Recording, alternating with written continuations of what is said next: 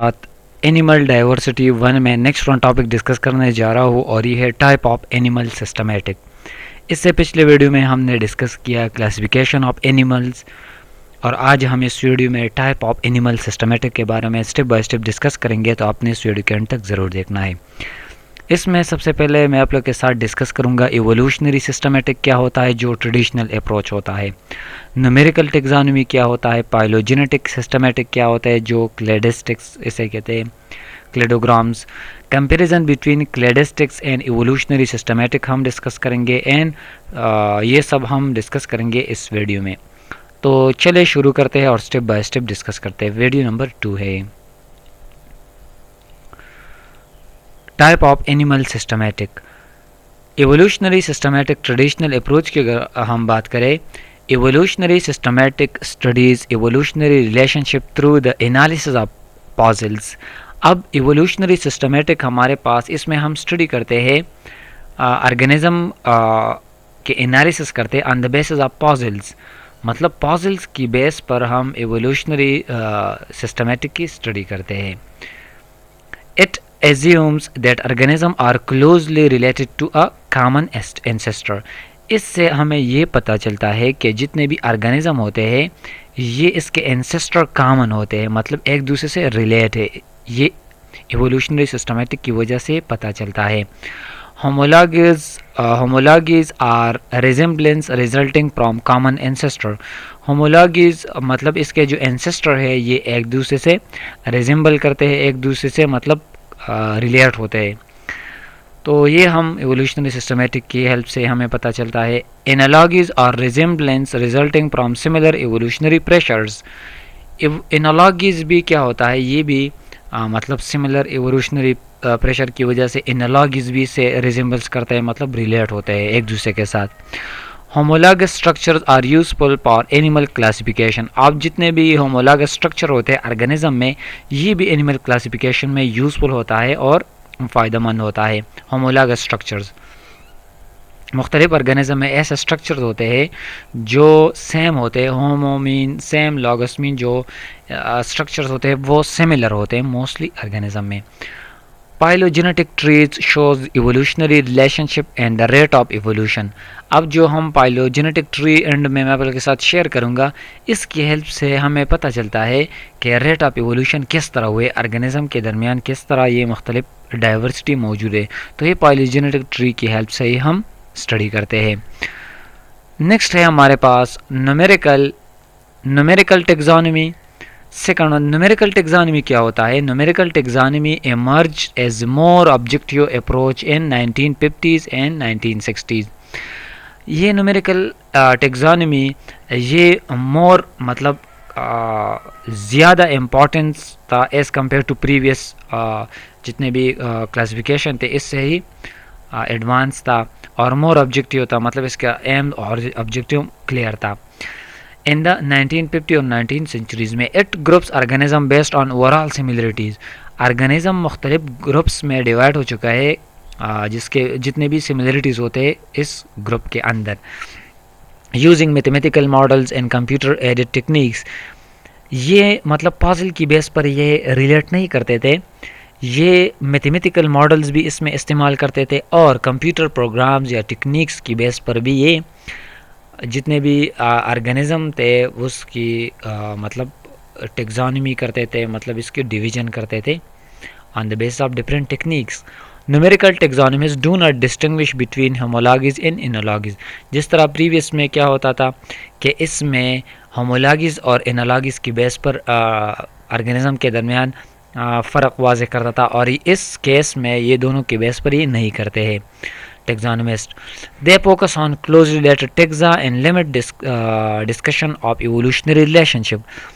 ये इस बात पर ये फोकस करते थे कि एक टेक्सा में जितने भी इसके क्लोजली रिलेटेड जितने भी सिमिलरिटीज़ होते हैं इसके बेस पर ये एवोल्यूशनरी रिलेशनशिप को स्टडी करते थे ये न्यूमेरिकल टेक्सोनॉमिस्ट।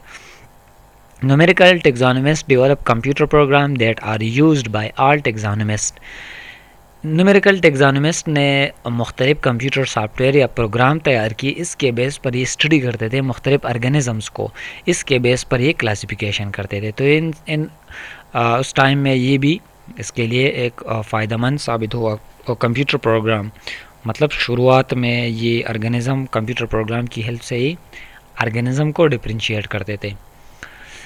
पाइलोजेनेटिक सिस्टमेटिक की अगर हम बात करें, थर्ड वन क्लेडिस्टिक्स भी इसे कहते हैं। Phylogenetic systematic study evolutionary relationship based on fossils, ये भी इवोल्यूशनरी स्टडी करते थे मुख्तलिफ ऑर्गेनिज़म की on the basis of fossils की बुनियाद पर इवोल्यूशनरी रिलेशनशिप स्टडी करते थे। एनालिसिस एंड टेस्टिंग, इन सब की बेस पर भी ये पाइलोजेनेटिक सिस्टमेटिक को ये स्टडी करते थे पॉजल एनालिसिस एंड टेस्टिंग की हेल्प से। क्लेरिस्टिक differentiate between homologies and analogies, अब क्लेरिस्टिक्स ये डिफरेंशिएट करते हैं, फ़र्क वाज़ेह करते हैं होमोलॉगीज एंड एनालॉगीज में। एक होता है सिम्प्लिज्यूमॉर्फीज और शेयर्ड एंसेस्ट्रल कैरेक्टरिस्टिक। सिम्प्लिज्यूमॉर्फी हमारे पास ये वो ऑर्गेनिज्म होते हैं जो शेयर करते हैं एंसेस्ट्रल कैरेक्टरिस्टिक्स को, मतलब एंसेस्टर में जो इसके कैरेक्टरिस्टिक्स होते हैं एक दूसरे के साथ शेयर करते हैं। वाइल साइनोमॉर्फीज हमारे पास साइनोमॉर्फीज ये डिराइव कैरेक्टर होते हैं, मतलब ये शेयर करते हैं और ये डिराइव होते हैं, मतलब इससे जो डिराइव होते हैं एंसेस्टर से ये साइनोमॉर्फीज में आते हैं ये कैरेक्टर्स ऑर्गेनिज्म में। क्लेडोग्राम्स और hypothetical lineage diagram that shows the origin of derived characters।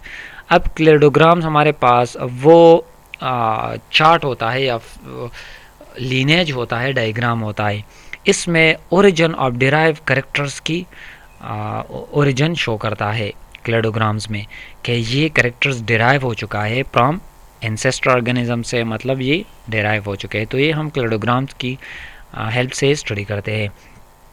New data is use to test and refine cladistic hypothesis. अब न्यू डेटा भी हम इस्तेमाल करते हैं, जो क्लेडिस्टिक हाइपोथेसिस इसे कहते हैं, जो क्लेडोग्राम्स को स्टडी करते हैं। तो इसमें न्यू डेटा भी टेस्ट करते हैं और रिफाइन करते हैं कि किस तरह एक ऑर्गेनिज्म में ये कैरेक्टर डिराइव हो चुका है। नेक्स्ट है हमारे पास comparison between cladistics and evolutionary systematic. इन दोनों के दरमियान हम कंपैरिजन करेंगे। Cladistic challenges traditional classification based on key characters. Cladistic हमारे पास ट्रेडिशनल क्लासिफिकेशन की बेस पर ये मतलब बुनियाद होती थी क्लेडिस्टिक्स की, और जिस तरह फॉर एग्जांपल बर्ड्स होता है, for example are shown to be more close related to crocodiles. Birds मतलब क्रोकोडाइल्स मतलब क्लोज रिलेटेड है ये दोनों। देन रिप्टाइल्स से भी ये क्लोज रिलेट होता है। तो ये ट्रेडिशनल क्लासिफिकेशन की बेस पर ये क्लेडिस्टिक्स से स्टडी करते हैं ये क्लेडिस्टिक्स में। इवोल्यूशनरी सिस्टमेटिक की अगर हम बात करें, emphasizes the technique characters of birds, मतलब यूनिक कैरेक्टर्स स्टडी करते हैं इवोल्यूशनरी सिस्टमेटिक की बेस पर, केस में यूनिक क्या है। Cladistic believe that the importance of key character is subjective and can not be tested. मतलब क्लेडिस्टिक्स जितने भी क्लेडिस्टिक्स थे इसका ये मानना था कि हमारे पास ये क्लेडिस्टिक में की पॉइंट्स का अहमियत है, इम्पोर्टेंस ऑफ की कैरेक्टर्स है, लेकिन सब्जेक्टिव वाइज ये मतलब टेस्ट नहीं हो सकते हैं। जिस तरह बर्ड्स का एग्जांपल है, ये दोनों एक दूसरे के रिलेट है लेकिन ये नॉन टेस्टेबल है, ये टेस्ट नहीं हो सकते। वाइल और ये भी debates between cladistic and evolutionary systematics, जितने भी स्पेशलिस्ट है इनके दरमियान अभी भी ये डिस्कशन या डिबेट जारी है, continue, leading to re examination of assumption and better understanding of evolutionary relationship. अब इस पर भी फर्दर भी काम हो रहा है कि किस तरह क्लेडिस्टिक और इवोल्यूशनरी सिस्टमेटिक किस तरह हम जो हमारे पास ये इवोल्यूशनरी रिलेशनशिप की बेस पर एक हम किस तरह और भी क्लियर करें कि ऑर्गेनिज्म किस बेस पर हम स्टडी करते हैं, क्लेडिस्टिक्स या इवोल्यूशनरी सिस्टम में कौन सा यूज़फुल मेथड है, तो साइंटिस्ट इसको फॉलो करता है। ये हमारे पास एक क्लेडोग्राम है, इसमें मुख्तलिफ ऑर्गेनिज्म है, वर्टेब्रेट या 4 लेग्स, एमनियोटिक एग्स, ये हमारे पास जितने भी ऑर्गेनिज्म है ये इसकी एक ट्री मौजूद होता है, मतलब एंसेस्टर एक होता है, शेयर करता है और ब्रांचेस में ये एराइज होते हैं मुख्तलिफ ऑर्गेनिज्म। इस तरह इस डायग्राम में भी शो किया गया है कि ये ऑर्गेनिज्म मतलब एंसेस्टर एक है और एराइज हो चुके हैं इन 2 डिफरेंट ऑर्गेनिज्म। तो ये थी आज की छोटी सी वीडियो। उम्मीद करता हूँ कि आप इस वीडियो को लाइक करेंगे, दोस्तों के साथ शेयर करेंगे और हमारे यूट्यूब चैनल को ज़रूर सब्सक्राइब करेंगे। Thank you so much for watching. Bye.